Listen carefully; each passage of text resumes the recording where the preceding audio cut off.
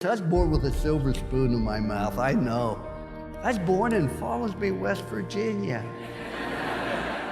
And I went by where I was born last night, about 10:30.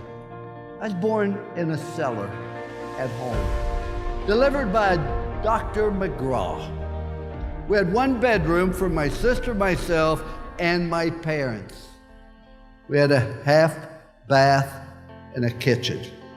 7.5 years we lived in that place. There was no welfare. There was no food stamps. There was no safety net. But I always had plenty to eat. Because every time I asked for seconds, my dad would say, "No, you had plenty." But the reason I was born with a silver spoon, my dad had only gone to the 3rd grade. That's all the education he had. But why was I born with a silver spoon in my mouth? Because I was taught by my parents that life's a matter of making choices, wherever you are, good or bad, because of choices you make.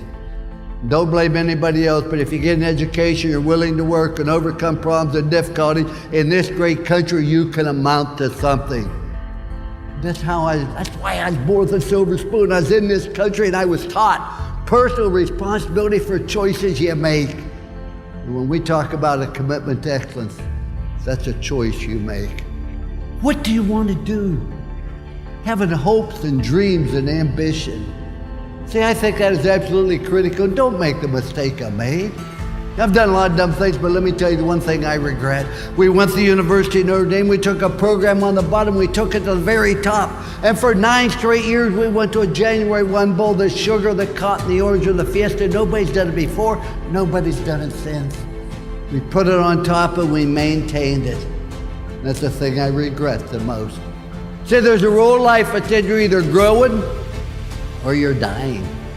The tree's either growing or it's dying. So's grass, so's a marriage, so's a business, so's a person.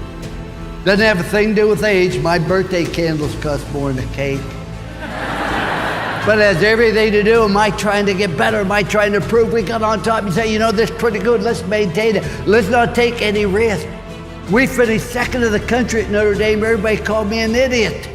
Guy finishes last in medical school, they call him doctor. That doesn't seem fair. When I left Notre Dame, I never thought I'd coach again. Where'd you go from Notre Dame? According to my mother, you go directly to heaven, you sit by the Pope. You don't coach anymore. And then I went to live in a town where the average age was deceased. And what I found out, I wasn't tired of coaching. You have to have something to hope for, something to dream. And even though you've done great things so far, what's going to happen now? I want to give you a simple plan. Life doesn't have to be complicated. I try to keep life simple. Do you realize there are only 7 colors of the rainbow? Only 7. Look what Michelangelo did with those 7 colors. There's only 7 musical notes. Look what Beethoven did with those 7 notes. There's only 10 numbers. Look what Bernie Madoff did with those 10 numbers. The point I make is it doesn't have to be complicated. See, you need 4 things in your life. If you don't have any of these 4 things in your life, you're going to have a tremendous void. See, everybody needs something to do. Number 2, everybody needs someone to love. Number 3, everybody needs someone to believe in them. But the 4th thing you need in your life is you need something to hope for. There's never a right time to do the wrong thing. And there's never a wrong time to do the right thing. Just do what's right. I think it's right to be honest, right to be on time. See, ladies and gentlemen, enjoy life, have fun. You're going to have problems, you're going to have difficulties. That's part of life. And don't tell people about your problems. Do you know that 90% of the people don't care? And the other 10% are glad you got them. So you're better off to keep it yourself. You're going to have problems. But have fun with what you're doing. People say, did you have fun doing the ESPN? Not really. Because if you have fun being there, people have fun being around. Doesn't mean I don't do dumb things. And sometimes I wasn't real honest.